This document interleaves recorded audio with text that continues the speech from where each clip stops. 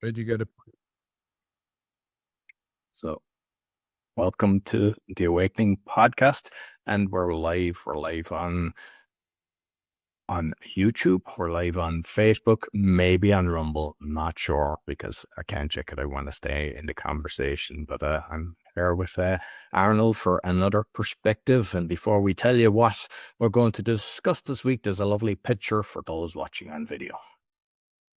Yeah, I tried to describe the picture, which is a father and a son looking over the farmland, and the father is saying to the son, "One day, son, this farmland will be yours to sell to a tech company building a data center."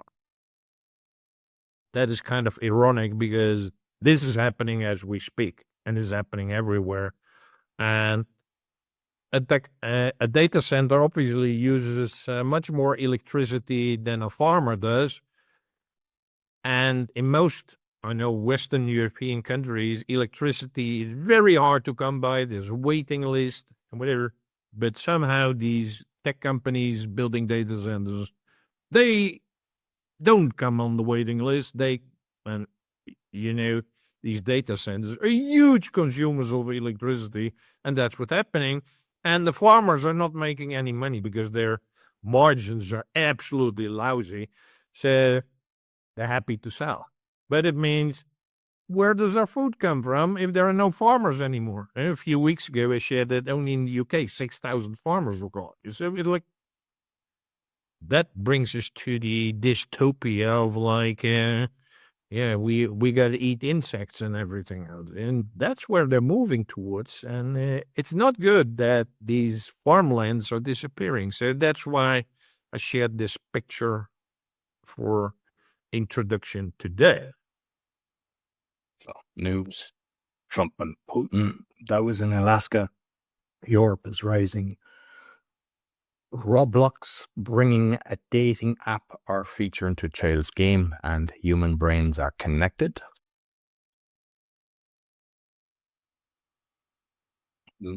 Artificial intelligence, ChatGPT, linked to Psychotic Breaks, the UK's first AI-powered smart care home system, and de-skilling. Good News Caravan, Sidewalk Joy, award-winning filmmaker joins life-saving mission, saving dying ponds, and record $2 billion to US university for their cancer center. In health, dangerous substances in your body, vegetable compound that wipes out 90% of cavity-causing plaque, and sunburn myth. Inspiration, Kokoro, hijacking Bitcoin, and kindness is free.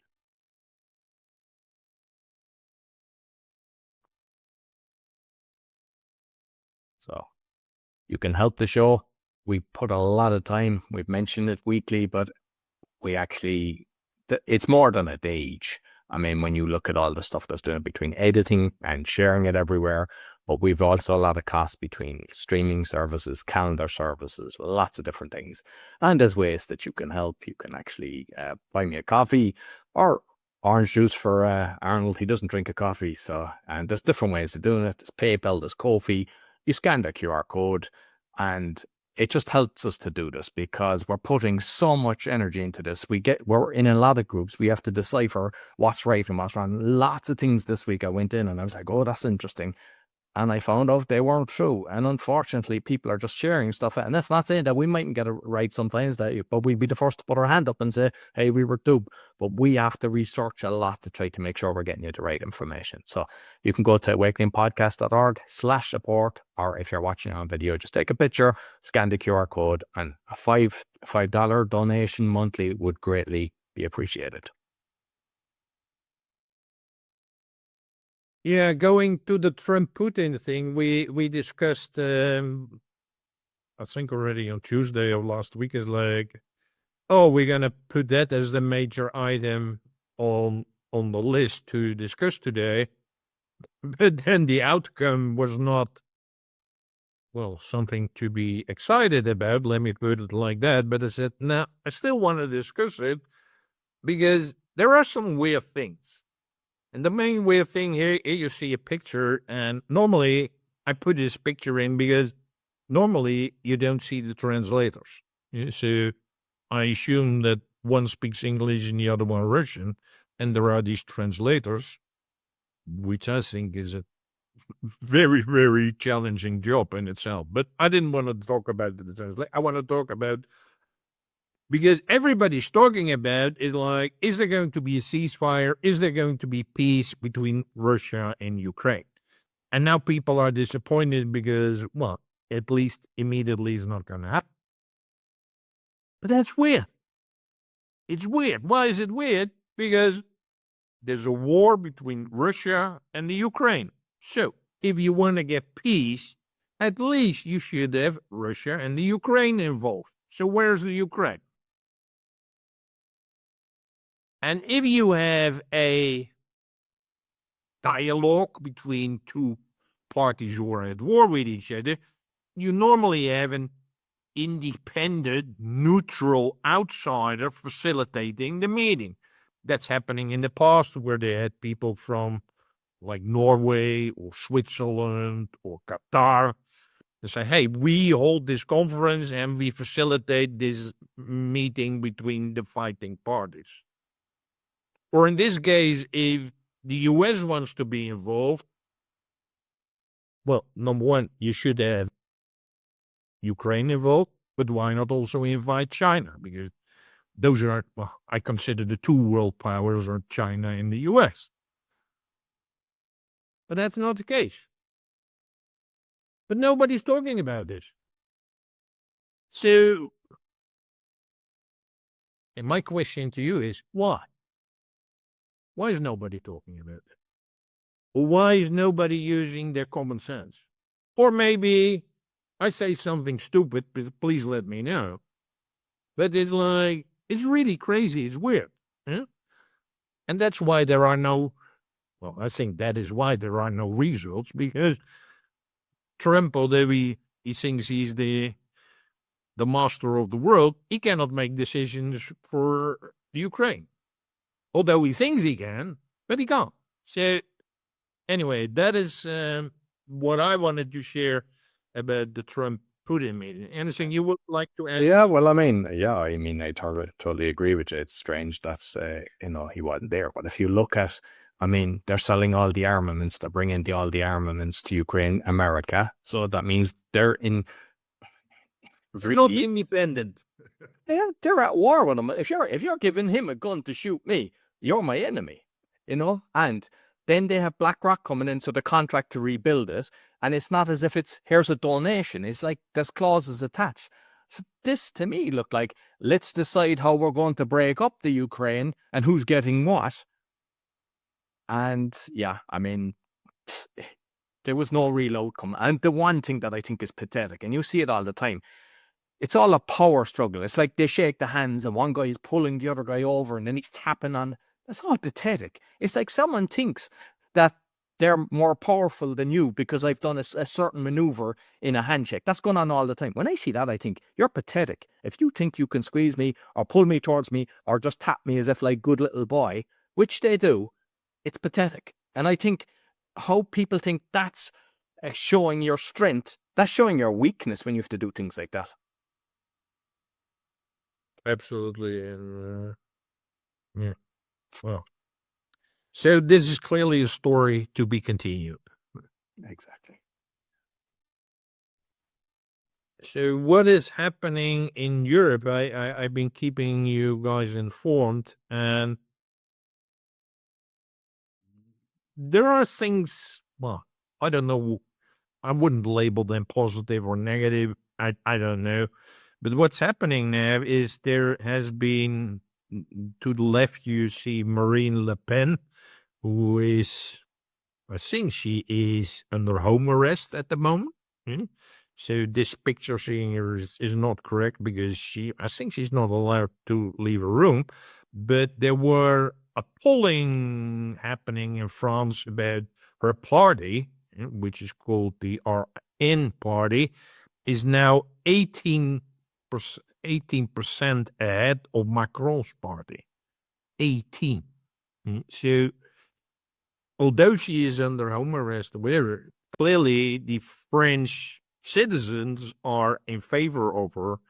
And that's not only happening in France, it is already in Italy with Giorgia Meloni in power, in Hungary with Viktor Orban, in Poland, you mentioned it before with Karol Nawrocki.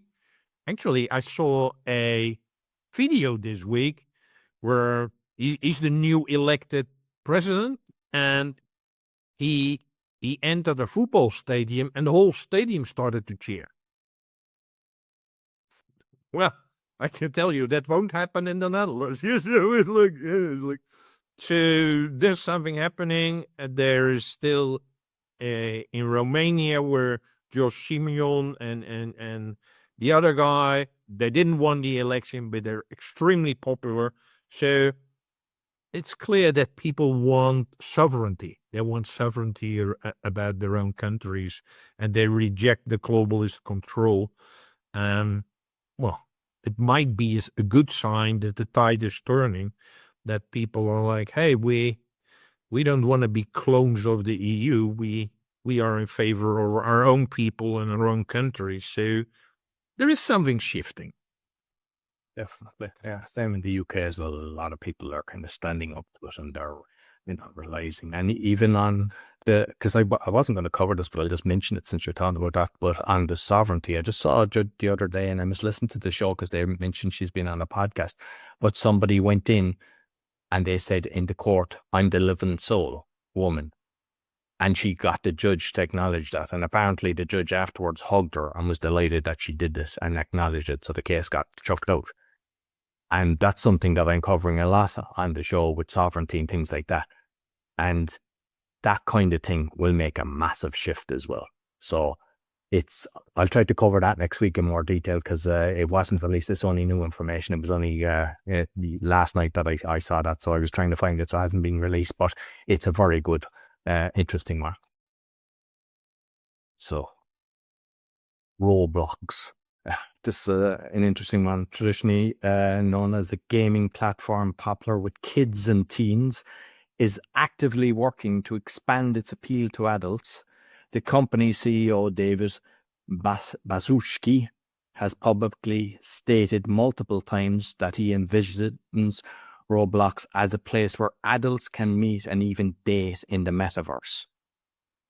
The announcement that dating will soon be possible in the metaverse, but only for users who are 21 or older and have completed ID verification.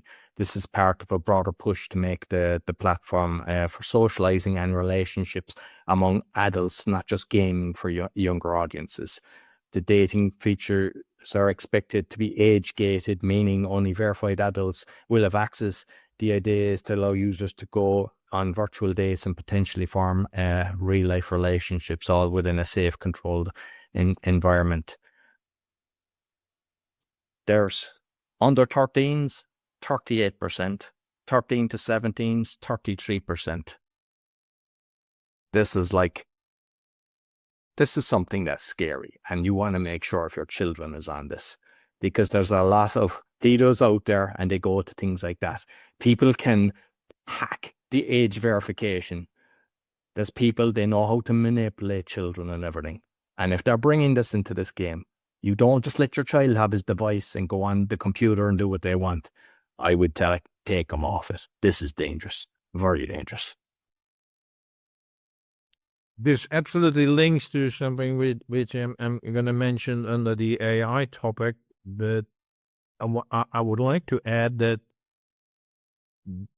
Meta, which is the parent company of Facebook, in their something like the ethic rules, have confirmed for them in their AI chatbots that it's okay to have sensual conversations with children.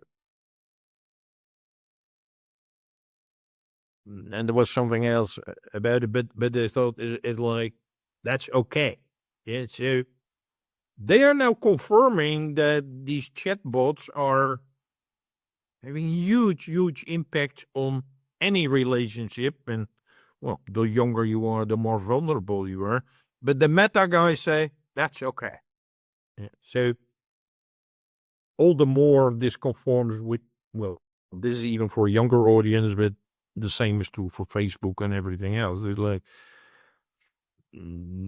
well, the main message is don't let anyone, not only your children, totally go wild on these applications where they become addicted to, because it's extremely dangerous.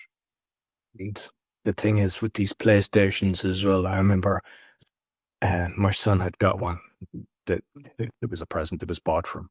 And we were there at Christmas. He brought the device to our house. And next somebody started talking on the device. And I was like, what's going on here? People can talk on these devices, but he, at that stage, didn't even know how to do it. That's how dangerous these things are. And there's people, they're pretending they're kids and they're talking away and they're pretending they're friends. They can even have voice changers to make them sound like a kid. It is very dangerous. And please, please, don't just let your kid do their thing. You do your thing. Watch everything they're at. Check it. See who's writing to them. See who they're hanging around with. Because it's very easy that they can be manipulated at that age. Absolutely. And there's even one news which kind of confirms that, is that, well, something we might already have known, we don't know, but human brains are connected. Princeton researchers, Princeton is one of the top universities in the US, found that human brains emit ultra-low frequency electromagnetic waves that form a coherent global neural network. And the Earth has the same low frequency pulse in the Schumann resonance. You know, there is I forget the number, but there's a certain number in which the Earth resonates, but that has been going lower. That is a problem because it like the frequency is getting lower. But what they find is that these endogenous signals, which apparently come out of our brain, can influence other brains up to 10,000 kilometers away, suggesting human consciousness is interconnected across the vast distances using quantum mechanisms or molecular resonances. It's clear we don't know how it works, but they find is that, well, we're all energy and we're emitting at a certain frequency, at a certain low frequency, but that connects with all people. And I'm saying that is why if people are in groups, you know, whether when they're at a football match in the stadium or when an imam is preaching or a priest is preaching in a church, with all of them, is like you apparently emit the same energy, and that connects you with the other, and that makes you kind of feel stronger. You know? So it has a huge impact. Again, it's like, what energy am I emitting? Because it's not only impacting me, it's impacting everybody else across 10,000 kilometers. Yeah, so we have to be very careful about what we think, what we act, what we do, because by doing so, we also influence other people. I've known this for years because even here, I think about my mum and she'd do the same thing. We both tried to ring each other at the same time. It's happened so many times. And few people, things like that, you just think of someone and out of the blue, then they're ringing you or they're writing to you. So you're basically, without you even realizing it, you're putting out a signal. So I've experienced that for years.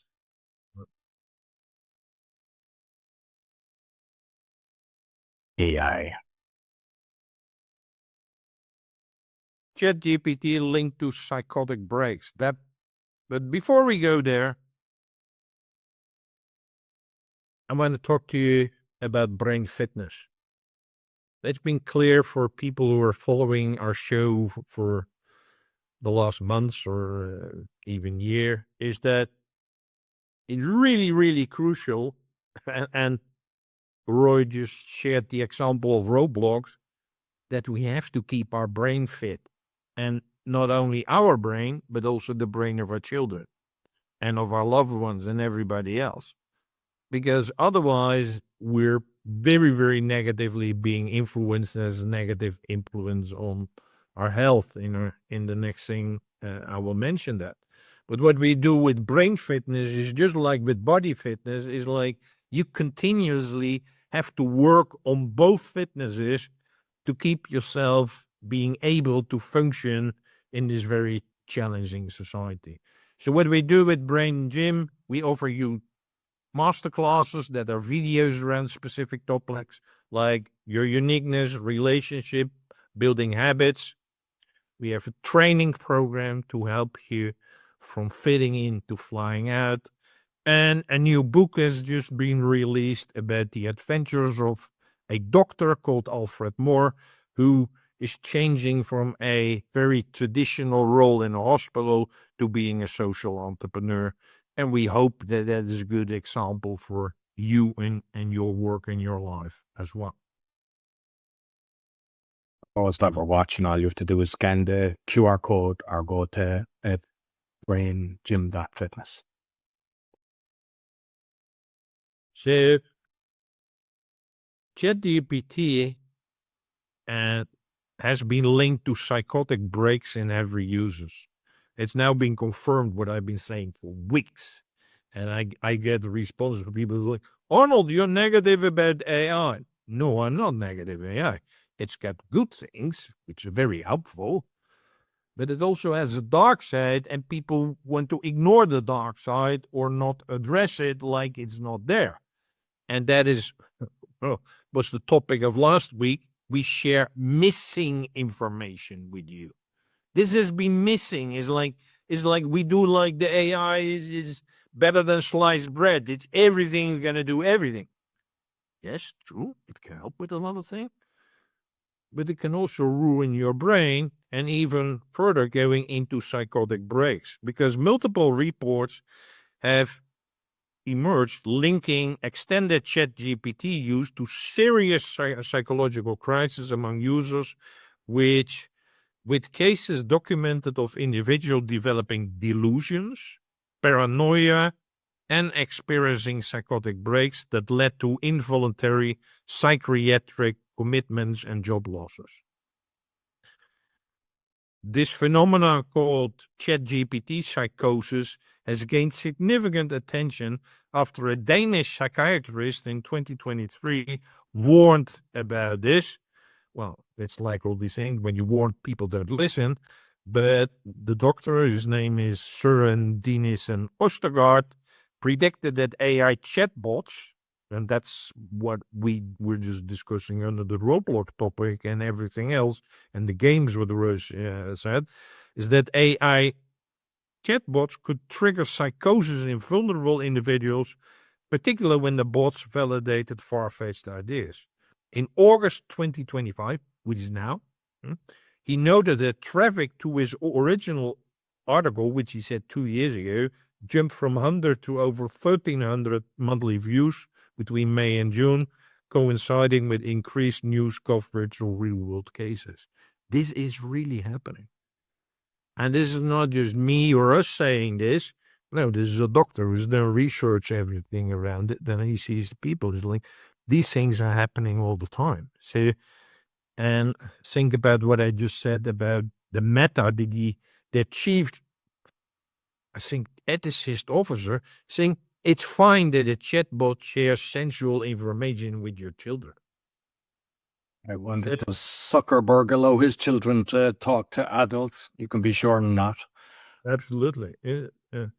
Which, by the way, I also read this morning, Zuckerberg, the cost of his security has been last year $27 million. So why, if you're a good guy, do you need security for the amount of $27 million? I think that can only be because you're a bad guy. It's not because you're a good guy. It's you have security, Roy? I have a lock on the door. Yeah, yeah, me too. Yes, so This morning, and you go out for your walk. I walk alone. There's not a team of people walking around me. It's like all these things confirm is that, let me put it like this, they don't have your best interest at heart, and not of your children, and not of you. And be very, very careful, because there are people who even ask ChatGPT what they should eat for dinner tonight, or where they is like, oh, it's a Sunday, I don't know what to do. Let's ask ChatGPT. It's like we lose everything. That's what I keep on saying this. If you don't use it, you lose it. And if you use these things too much, you become addicted. You will get into psychosis. It's called the ChatGPT psychosis. I didn't make this up. This is scientifically proven. So be very, very careful in using these things. Arnold mentioned there's good things and bad things, and I bring a bit of light to the conversation. I said Aston University and Lee Mount Healthcare are developing the UK's first AI-powered smart care home system. This initiative aims to modernize residential care by automating administrative tasks, enabling real-time health monitoring, and creating personalized care plans using artificial intelligence and machine learning. The project is funded by Innovate UK and led by experts from Ashton Centre for Artificial Intelligence Research and Application. The key features: automation and routine tasks, reduces paperwork and administrative burden, allowing staff to focus more on the residents, which is a good thing. Real-time health monitoring continuously tracks residents' health metrics for early detection of issues and timely interventions. Personalized care plans using data from health records and personal preferences to tailor care for each resident, and family engagement provides real-time updates to families, improving transparency and trust, and operational efficiency, streamlines compliance reporting, optimize staff scheduling, reducing costs, and improving job satisfaction. So that's one where it's actually very beneficial, because especially for the elderly, and sometimes spotting something early can be the difference of someone having a stroke and it be rectified and having long-term damage or even possible death. So this is a very good thing as well when it's used properly. Well, that reminds me, a few years ago, I had a startup where we were building a care robot called Cabo, which would enable conversation with the elderly, because I saw my mother just sitting in her house by herself and nobody to talk to, and the health providers and family not knowing what's going on. So we had this robot, but this is taking it much, much further, but it's really needed. It's really necessary, because in many countries, even, there is no place for the elderly to go to. And most likely their partner has died. There is also some challenges. So it's like these old people are just, they cannot longer go to residential areas where they would take care of them, because they're all closed. So they're just sitting at home. So if these things monitor what's happening and can signal that things need to be done, that's really crucial.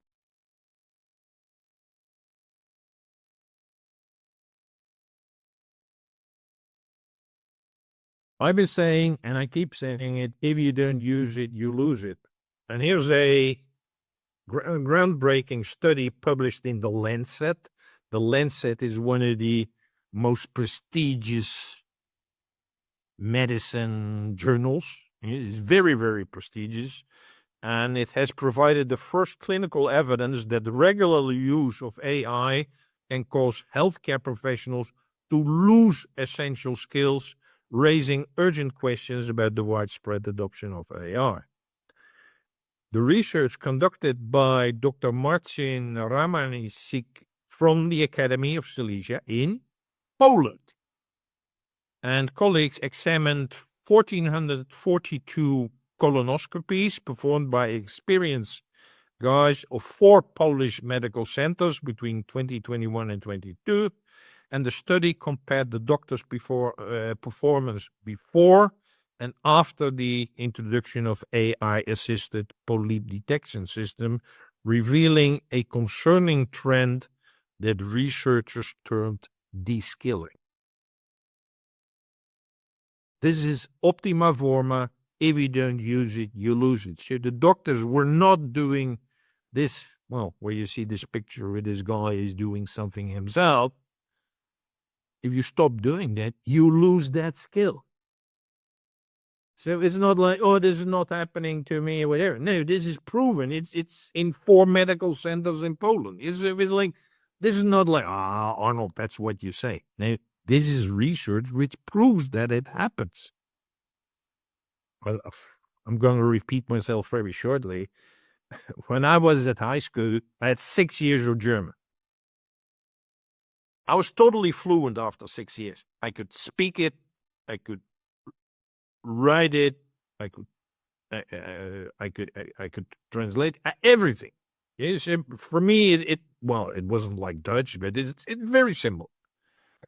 Now that's mostly gone because I don't use it. That happens to all of us, and even to these doctors after just a few years, and very recently. So this is very, very worrisome. Yeah?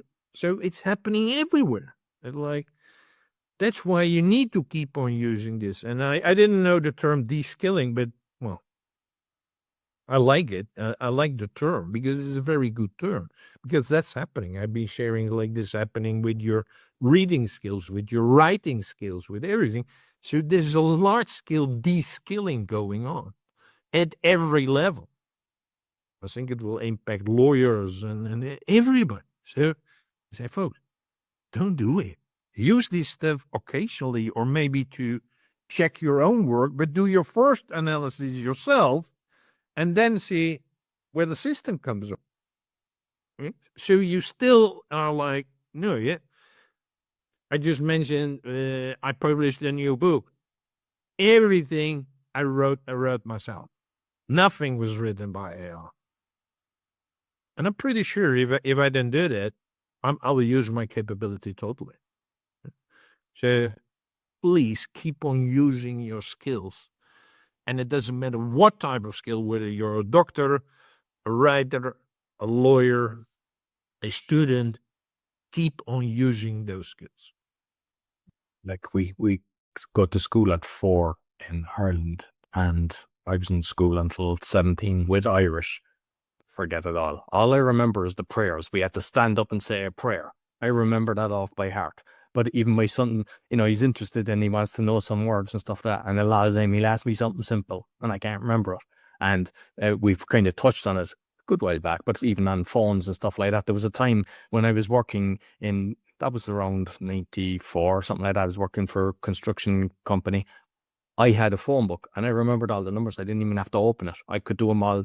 Now I know maybe 2 or 3 numbers. I can't. Everything is on the phone. Same with the GPS. You just put in the address, and then if the charger doesn't work or something like that, then you're trying to go out. We just start using these tools, and the AI is scary because that's a massive level from that. So be very cautious. So what Arnold just said, heed his warning.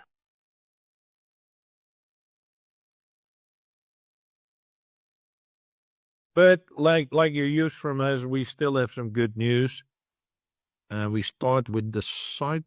Before we start with the Sidewalk Joy, we have a word from VA World. Yeah, so if you're looking for virtual assistants, you can scan the QR code or go to va.world and we can help with social media, email marketing, web pages. We're going to create a lot of videos on different web pages and at very affordable prices with a lot of different things. So be sure to check it out, va.world.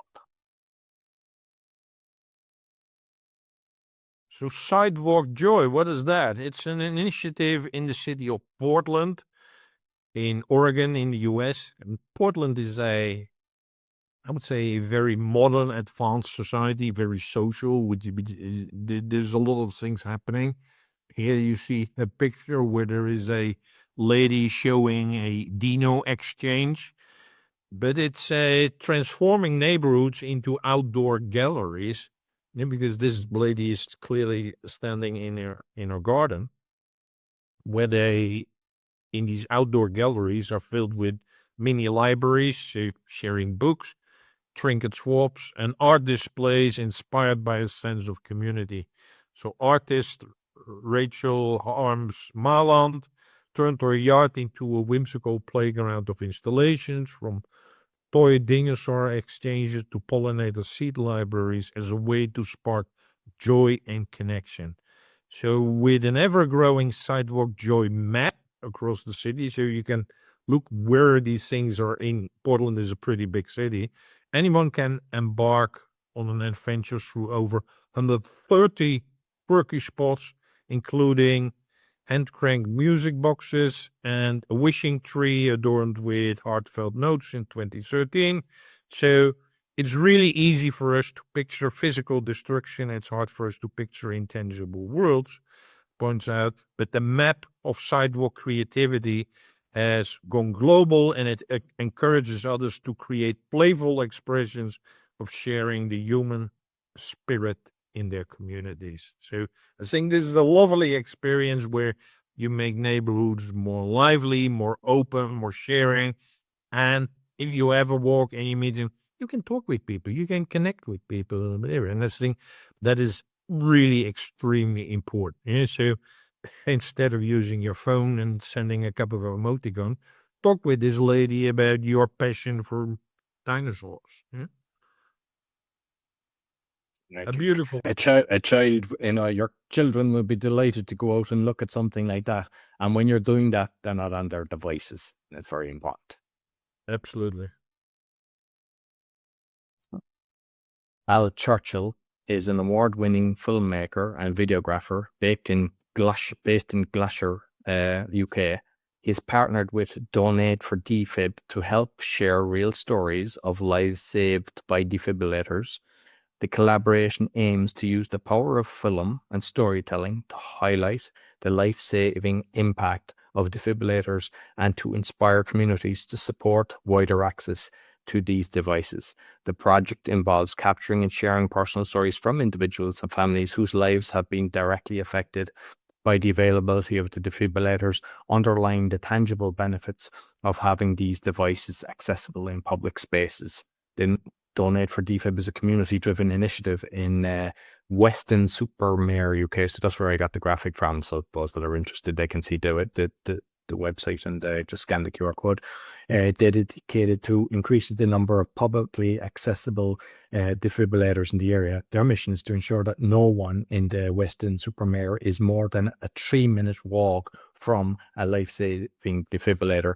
The organization is known for its personal, legacy-focused approach, often installing defibrillators in memory of loved ones and recognizing the contributions of local heroes. They also run public awareness campaigns and provide community training to empower people to act confidently in emergencies. Immediately, defibrillators save lives. If a cardiac arrest victim is defibrillated within the first 3 minutes, their chance of survival is high as 70%. If a shock is delivered in the first minute, 9 out of 10 victims survive. Public access defibrillator programs double survival rates in communities where they're available and used before emergency services arrive. Survival rates can reach up to 38% compared to 9% with CPR alone. And then how can people help? I mean, people can donate, or they can kind of put one in memory of somebody that they've lost. And I don't think this is just for the UK. I think this is an international thing. I think it's a great thing. And like, I don't know how to use one, and I think the schools, they should go in and teach the children how to use them. I think everybody should have to learn how to do that, because you just say, hey, you never know, but wouldn't you love to know? And if something happens, that you're the one that's saving someone's life. So I just think it's a nice cause that they're doing. Absolutely. And it's a few years ago, I can recall that I was in a taxi, and I don't know, somehow a taxi invites people to share their stories. And there was the driver, he was mentioning how he had a heart attack in front of an office or something like that. And that office had this defibrillator, and he said if it hadn't had it, it would have been dead. And so it is happening. And I want to make the connection with I mentioned last week, what's happening in Japan. And it's not only in Japan, it's all over the world where more and more young people are getting these heart attacks and problems. So, like you said, within reach of 3 minutes, these things should be there. It's because of the jabs that people get these heart attacks. So it's really, really important that they are there because, like you said, if it takes half an hour, then you're gone. So it's really, really crucial to have these things at hand. So excellent initiative. Just like this, and you think, well, it doesn't sound so sexy as a defibrillator, but this man you see in his red burgundy shirt, he is saving dying ponds in India, in the area of New Delhi, which is the capital. His name is Ramveer Tanwar. He used to be an engineer from Uttar Pradesh, that's a state in India, and he has taken a significant step toward environmental conservation by reviving over 80 ponds in the Delhi region. 80, he has already revived them, and that he does so by leveraging community involvement to restore dying wetlands, thereby improving groundwater levels, global biodiversity, and cultural practices. His model emphasizes community participation, just like with the sidewalk thing and with the defibrillator thing, over technical intervention, fostering a collective sense of responsibility. With strategic techniques such as manual waste removal, that's what you see happening there, and ecological filtration, Tanwar has managed to restore nightly 40 ponds in the Delhi area. And this grassroots approach has garnered attention from government and corporate entities, including being named a Swachh Bharat ambassador. Ultimately, Tanwar's effort demonstrate a replicable model for ecological restoration driven by local communities. I think this is an excellent thing because, well, if you ever been to India, and if you haven't, I was here, it's bloody hot there.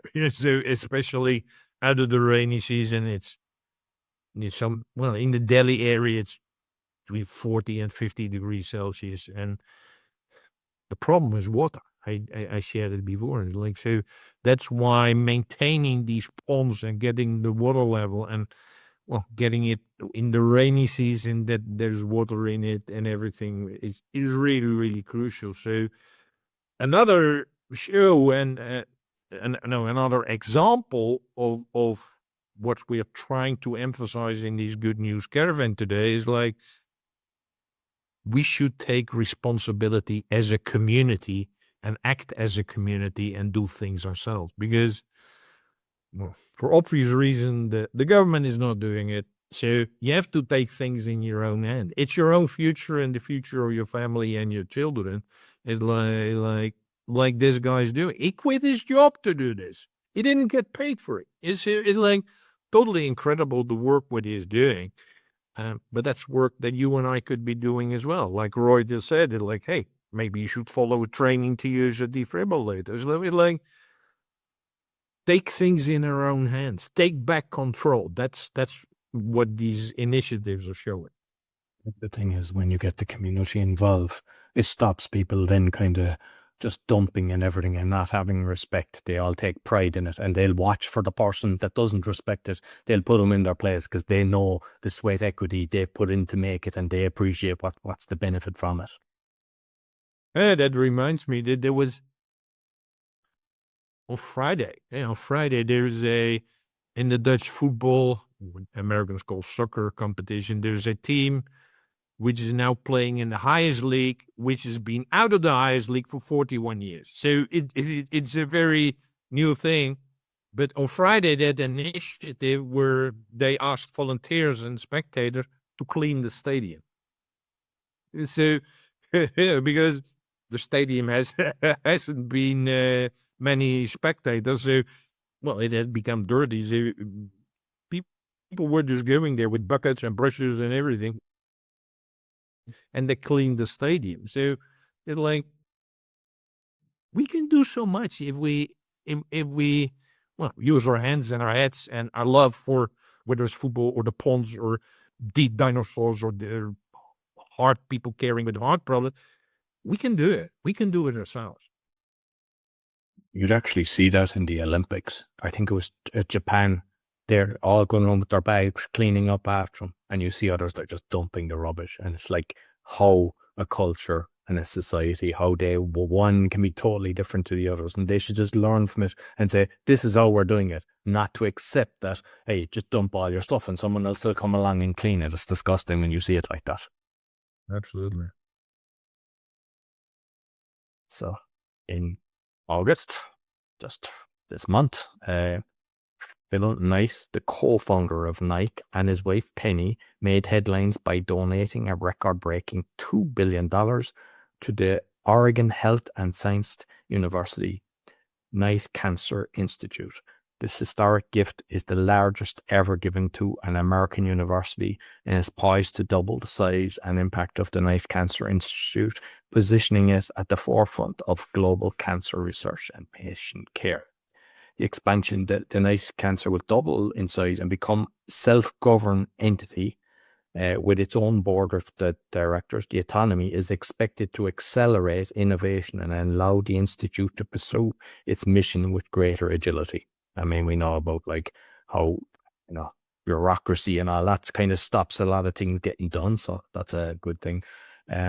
Enhanced research in patient care. The funds will support cutting-edge research in cancer diagnostics and treatment, expand access to clinical trials, and integrate comprehensive patient support services, including nutritional, psychological, genetic, and financial counseling, as well as survivorship care and complementary therapies. A simplified patient experience. The Institute aims to make cancer care journey more navigable and supportive, ensuring that every patient receives holistic care tailored to their needs. So, I mean, we see a lot of the people, the billionaires, and we've mentioned one at the start there now, and somebody like this, and it's not the first time he's donated this. Apparently he gave a $500 million before when he said, hey, if you get matching donations, so his $500 million before created $1 billion. So a guy that has the money is putting it to good use. So fair dues to him. Yeah, and it helps them, I think also, to become independent of the medical establishment, which really doesn't want cancer to be solved because they're making a lot of money out of it. But obviously he cares and he will have his personal reasons. But he cares that it will be solved. Huh?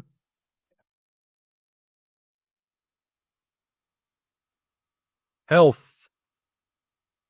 Dangerous substances in your body. We've been talking about this for a while now, and we keep on doing it because a lot of people don't seem to realize it. But now I saw an article which says there's 100% chance that your body is deeply contaminated with dangerous substances. And we think, oh, it's microplastics, but microplastics are just a sliver of the noxious industrial pie making up your second body. There's PFAS, and those are permanent chemicals in our blood, FCCs in our stomach, BPAs in our skin, and air pollution in our lungs. A 2021 study on pregnant women by scientists at the University of San Francisco found 109 inorganic chemicals present in their bodies, 55 of which had never been detected in a human before, and 42 mystery chemicals which were unknown to the scientific community. So, just like cleaning up ponds or your neighborhood, or whatever, all of these things are not like, oh, it's just dirt. No, because, well, examine a plastic bottle which people throw in a pond.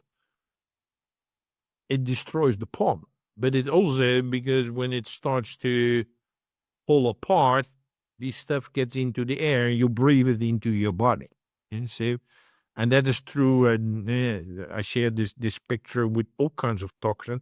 This is stuff which which gets into our body, whether we know it or not. And this is not doing our body thing. So we have to really be careful what we use, what we exhaust, what we, all these things, because it's ruining our health.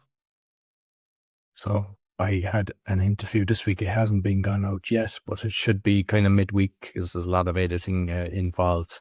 But neuropathic doctor, and we talked about parasite cleanse, heavy metal cleanse, mold cleanse, and even, I can't say the word because we're going live, with the poison dart. They have ways of actually helping with that as well. So there is ways of getting this stuff out of your body.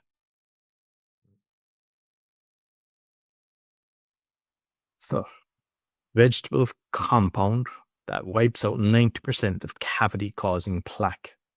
Plaque forms when bacteria thrive in the sugary, warm environment of the mouth, eroding enamel and leaving the cavities. While regular brushing, flossing, and dental checkups help, they don't completely prevent the plaque buildup. Researchers say that DIM to oral care products could significantly improve dental hygiene and help protect teeth over the long term. Scientists from Ben Gurion University of the Negev, Negev, in collaboration with the researchers in China and Singapore, identified the compound. The molecule says 3.3 diindolylmethane, so DIM is for short, found in certain vegetables, disrupts Streptococcus mutans to primary bacteria behind tooth decay to prevent it from multiplying and sticking to teeth.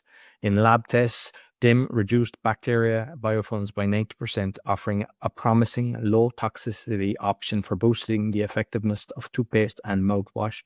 The compound is also known for its anti-carcinogenic properties, making it a doubly appealing candidate for consumer health products. So beyond the cavity, I mean, I mentioned about cancer, but it's saying especially in hormone-related cancers such as breast and prostate cancer, hormone balancing influences estrogen metabolism, which is why it's sometimes marketed for hormone support, and anti-inflammatory and immune modulating effects may help reduce inflammation and support immune function. So what they were just saying is it's probably be in a toothpaste or mouthwash and even chewing gums or lozenges or stuff like that. But another positive thing to be coming out. Well, you mentioned flossing, and I know you are very active with flossing, but I read an article this morning that they're considering to put the mRNA vaccine in floss. And that is why Mr. Bill Gates is very interested in that company. So that's why I think this molecule is really, really becoming very important. Sunburn. Oh, it's sunny, it's warm. Western Europe, Eastern Europe is warm, and people's like, oh, you should be using sunburn. Yeah, that's what the Sunscreen, you mean, yeah? Yeah. You said sunburn. You mean sunscreen? Yeah, sunscreen. Yeah, for the sunburn. Yeah, it's like, and there are the cancer institutions, and even the Dutch one, but it's all over the world. It's the same in the US. Whatever it is, the same. Well, you should avoid the sun, and you should use sunscreen, which has a very high protection, like 50 plus. That's in the news everywhere. Well, a lot of countries would laugh about this, but in a lot of Western Europe, it's 30 degrees Celsius around that. It's like, oh, you got a heat wave. It's everything. Yeah, and it's like, oh, you got to use 50 plus sunscreen. It's been proven that a lot of that sunscreen cause cancer by themselves. And what you're missing is that you need the sun to protect yourself against other cancer sources and heart and other cardiac diseases, because you need the sun, you need vitamin D, your body needs that. It's crazy to block out the sun, because we cannot live without the sun. We need the sun. And like with everything, is like, yeah, okay, if you use it, if the picture were obviously the guy's been sitting in the sun too long. That doesn't help, but it doesn't mean you have to avoid the sun, is it? And that you have to put on 50 plus kind of thing, which causes cancer in itself. Don't do it. Give your body, your arms, everything. Just the sunlight, because I think that's the essence of how we can live here. So we need sun. So don't avoid it, because that in itself creates cancer. Years ago, I knew that it was caused, so I never wear it. And the thing is, just be aware of the temperature. Like midday sun is going to scald. So if you're going to be out there, bamming on the beach and stuff like that, you're kind of asking for trouble. But the one thing there is the glasses. I don't think the sunglasses are good for you. I think we need the vitamins that come in. I don't wear sunglasses. And I've mentioned previously, like for the first hour and a half, hour and a half, sunrise, sunset, I eye gaze. I don't wear glasses. I'm 53 in October. So, people will say, oh, it's dangerous for you and everything. But I don't wear the sunglasses. And I think that's why there's a lot of depression as well. I think we need that to make us lift our spirits. Absolutely. Absolutely.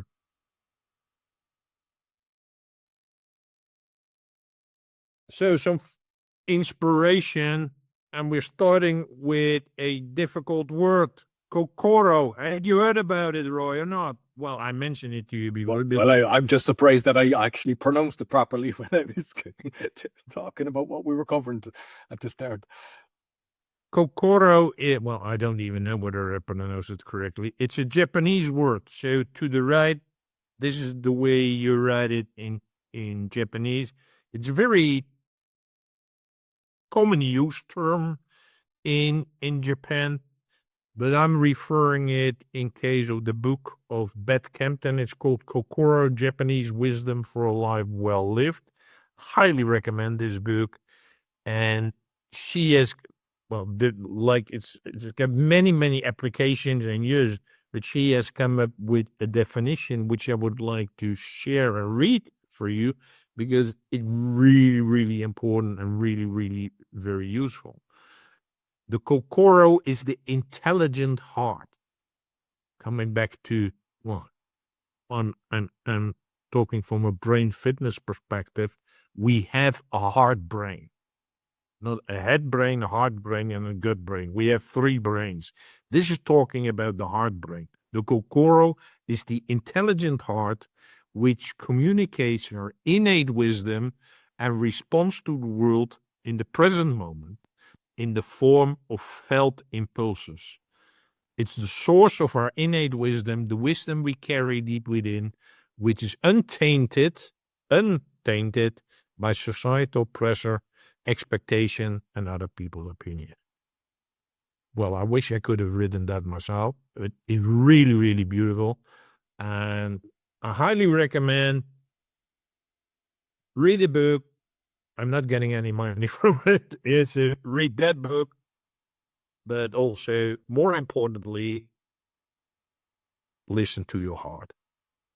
That's this message. Listen to your heart. And again, we have to practice it, because all of us, including myself, we're very good at suppressing it. And we've been suppressing it for most of our lives, that we don't even know that we have a heart brain, and that our heart is actually all the time trying to give us a message, but we don't hear it because there's so much noise over our head. So I'm practicing myself every day to start listening and more listening to my heart. And it works. It really works. I'm really surprised about a lot of things which are happening in my life at the moment around that practice. So I encourage you to start even considering and applying listening to your heart. And this book is really very good. It's very nice, which can help you on that trajectory. And speaking of heart, your book actually on the cover has a heart, and so heart-centered. And for those that, you put the thing up, like we know on the website, braingym.fitness, the book, it's less than €5, and it's a very enjoyable read. So we'll be helping with the show as well by just getting that book, and let us know what you think about it. So there is hacking Bitcoin. So there's a lot of people talk, because I have the crypto podcast as well, and I tried to simplify it because there's a lot of people, they haven't a clue, and this was just one that I had come across. So imagine you're living in a world where sending money to a friend is as easy as handing them a $1 bill, no banks, no middlemen, no permission needed. That was the dream behind Bitcoin when it was first created by the mysterious Satoshi Nakamoto, a kind of digital cash for everyone everywhere. And it's just interesting. I ask everyone that comes on my crypto podcast who they think believes is Satoshi, and I get 20 different answers. So it just shows. And these are people that are big into the crypto. You know, some of them are millionaires. What if I told you that the dream was hijacked? That's the story Roger Ver tells in his book, Hijacking Bitcoin, the hidden story, the hidden history of BTC. That's the code for it. Bitcoin was created to be a digital cash, fast, cheap, and open to everyone. Roger Ver's Hijacking Bitcoin tells the story of how the vision was derailed. According to Ver, a group of developers and a company called Blockstream changed Bitcoin's direction by keeping its block size small. Think of it like shrinking a highway so only a few cars can pass at a time. This made Bitcoin slow and expensive to use for everyday payments, turning it into a more digital gold and practical currency. And if you look at the Vanguards and the Black Rocks and all this, getting massive amounts of Bitcoin. So Ver claimed the shift wasn't just technical, it was political. He describes the block size war, where those who want bigger blocks and cheaper fast transactions were silenced on major forums. Posts were deleted, users were banned, and the conversations were tightly controlled. As a result, Bitcoin's original purpose faded, and high fees pushed people towards complicated solutions and custodial wallets where someone else holds your money. And just on that, I have a friend that has a Bitcoin and has a crypto claims business. And I saw the censorship he went through. So, I mean, obviously with a lot of the stuff on the Awakening were censored, but there's a lot on the crypto side of things, blockchain as well. Frustrated Ver and others launched Bitcoin Cash in 2017, a version of Bitcoin with bigger blocks aimed to retrieve the dream of peer-to-peer digital cash, with the split left Bitcoin as the dominant brand, even though in Ver's it abandoned Satoshi's intent. And just one of the things that he said, he urges us to support cryptocurrencies that stay true to the vision of decentralization, peer-to-peer cash. In his words, the dream of financial freedom is too important to let it slip away. And what I say, because a lot of times people, they don't really understand it. So the crypto podcast is, I cover a lot of stuff on that. I bring on guests and I try to simplify it. And what I would just say is start researching it. And for me, and I've said it to a few of them, the only way I can see this working, because it's all connected to fiat. So the boys with the printing press can go away and buy as much Bitcoin as they want. They can go away and buy as much Ethereum or anything else. That's not going to help anyone. The only way that it works is if there's a system created that we all get a certain amount, and that's just traded between us. And I think that's possible. So what I would say is, I think there can be massive change in this, but the current system, I don't believe, is actually what's going to do it. But you should start to research it and look at it. It's a very good book. I enjoyed the read of it, but also check out my crypto podcast, because we kind of simplify a lot of things, and you just, you start understanding it a bit better. Well, actually, I believe that author Roger Ver, he's in prison because of everything what he did in the world. And there are actions, activists trying to get him out of prison. And so it's not nice. Yeah? So anytime you step above the parapet, they just take you out like so. that has happened to him. So I think as we speak, he's still in prison. So he's not sitting on the beach somewhere enjoying his wealth because of the Bitcoin. Now he's in prison. So to conclude on a positive note about kindness, the sign here on the lintel says kindness is free. If you have the chance to make people happy, just do it. Sometimes people are struggling silently. I would say instead of the word sometimes, use the word often. often people are struggling silently. Maybe your act of kindness can make their day. And it can be a simple thing as holding up a door, saying good morning to someone, have a little bit of a chat, someone, say thank you. I was yesterday in a farmer's market and I bought some fruit and I say goodbye. What? Yeah. People just get their stuff paid, they're gone. Yeah.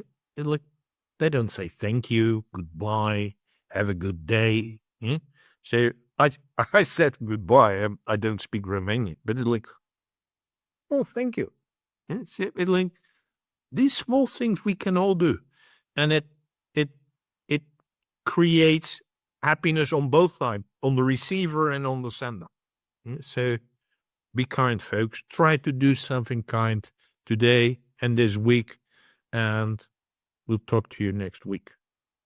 And I do that all the time. I'll always say thank you, goodbye as well. I do, and they treat you so much better the next time you're going. They remember that they like you then, and it's like you get total special treatment. I mean, I've often been in a shop. There's a shop up the road. It's like small little shop that sell all the little things, and they nearly go out of their way to make sure that I'm not queuing up. It's strange when I'm just doing working here, just because I really respect them and I'm always thanking them. So it does make a difference.